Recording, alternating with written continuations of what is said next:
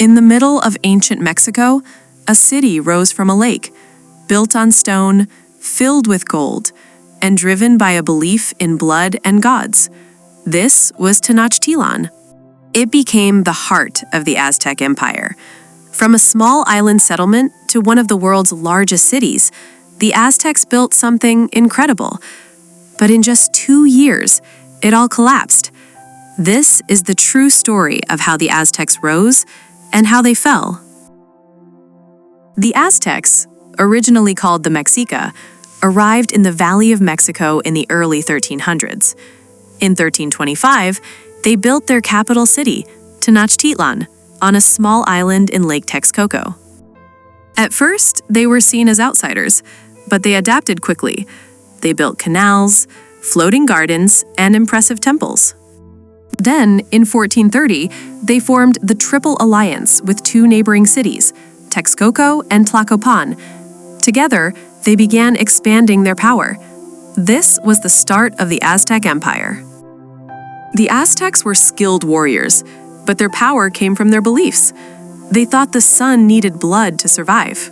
So they fought wars to capture prisoners, not just to defeat enemies, but to offer human sacrifices to the gods.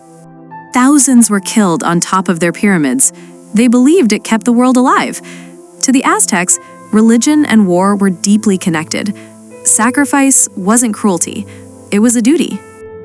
By the early 1500s, Tenochtitlan had become a massive city. It was home to over 200,000 people, larger than most European cities at the time. It had clean streets, busy markets, schools, gardens, and even zoos. The Aztecs were advanced in science, medicine, and astronomy. They built a society that was complex, organized, and highly creative. At its height, the Aztec Empire controlled most of central Mexico.